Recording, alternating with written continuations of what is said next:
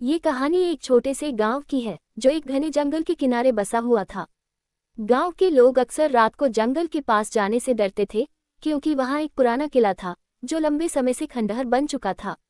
लोग कहते थे कि उस किले में अजीब घटनाएं होती थीं और रात के समय किले के आसपास अजीब आवाजें आती थीं। किसी भी व्यक्ति ने रात को किले के पास जाने की हिम्मत नहीं की थी। एक दिन गांव में एक युवक आया जिसका नाम राहुल था। वह शहर से घूमने के लिए गांव आया था। जब उसने किले के बारे में सुना तो उसकी जिज्ञासा बढ़ी और उसने तय किया कि वह इस किले को देखेगा। राहुल को विश्वास था कि ये सब सिर्फ कहानियां हैं और वह किले का रहस्य उजागर करना चाहता था। राहुल रात के समय किले की ओर बढ़ा। जैसे ही वह किले के पास पहुंचा, हवा में एक अजीब सी ठंडक फैल गई। उसके शरीर में एक अजीब सा संकोच महसूस होने लगा, लेकिन उसने डर को नकारते हुए किले में प्रवेश किया।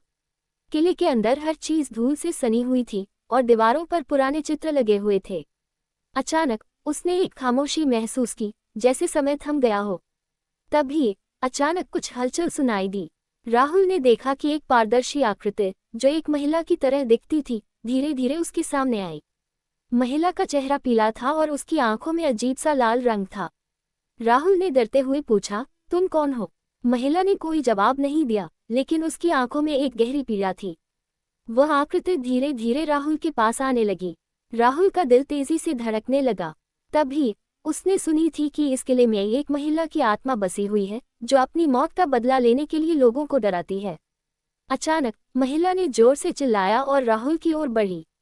राहुल ने घबराकर अपनी आंखें बंद कर लीं और जब उसने अपनी आंखें खोलीं तो महिला गायब हो चुकी थी। राहुल ने महसूस किया कि उसे अब डर नहीं था। वह शांत होकर किले से बाहर निकला और उसने महसूस किया कि इस किले में कुछ अनकहा सा था, कुछ जो लोगों की कल्पना से बाहर था।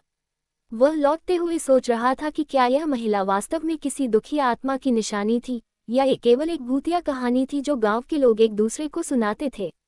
लेकिन एक बात उसने समझ ली, कभी कभी भूतों की कहानियां सिर्फ डर नहीं बल्कि छिपे हुए सच को उजागर करने का एक तरीका होती हैं।